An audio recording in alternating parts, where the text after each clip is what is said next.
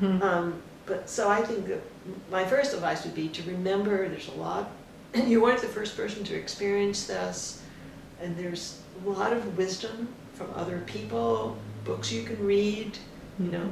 So that would be like my first bit of advice would be not think you're the first one. And to think you have to go it alone, because you don't. I think the other advice I would have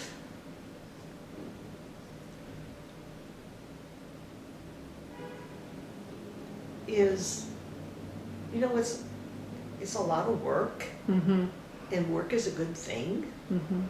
You know, if you have to do 7 drafts of something, you know, that's okay. You know, because that's what's going to take to get you there.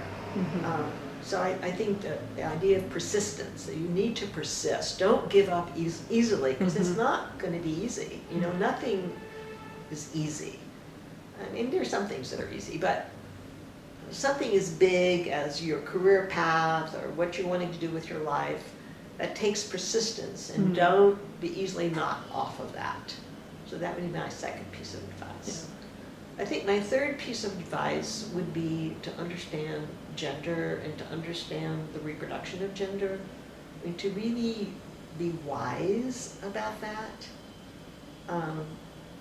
You know, one of the things that I wrote, you know, somewhere or other, like 30 years ago, is, you know, the easiest way to skill a woman in an interview or any way is to start coming on to her, becoming sexual, being in love with her. I mean, it's going to happen all the time.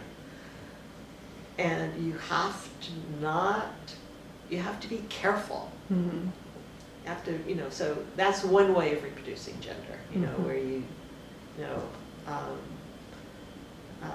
getting into these relationships that are inappropriate, and get you off your path. You know? So those are mine. And there are lots of ways the reproduction of gender happens when you're negotiating your position, what positions you apply for, how good you think you are, you know, all of that. So those are my many words of advice. Thank you.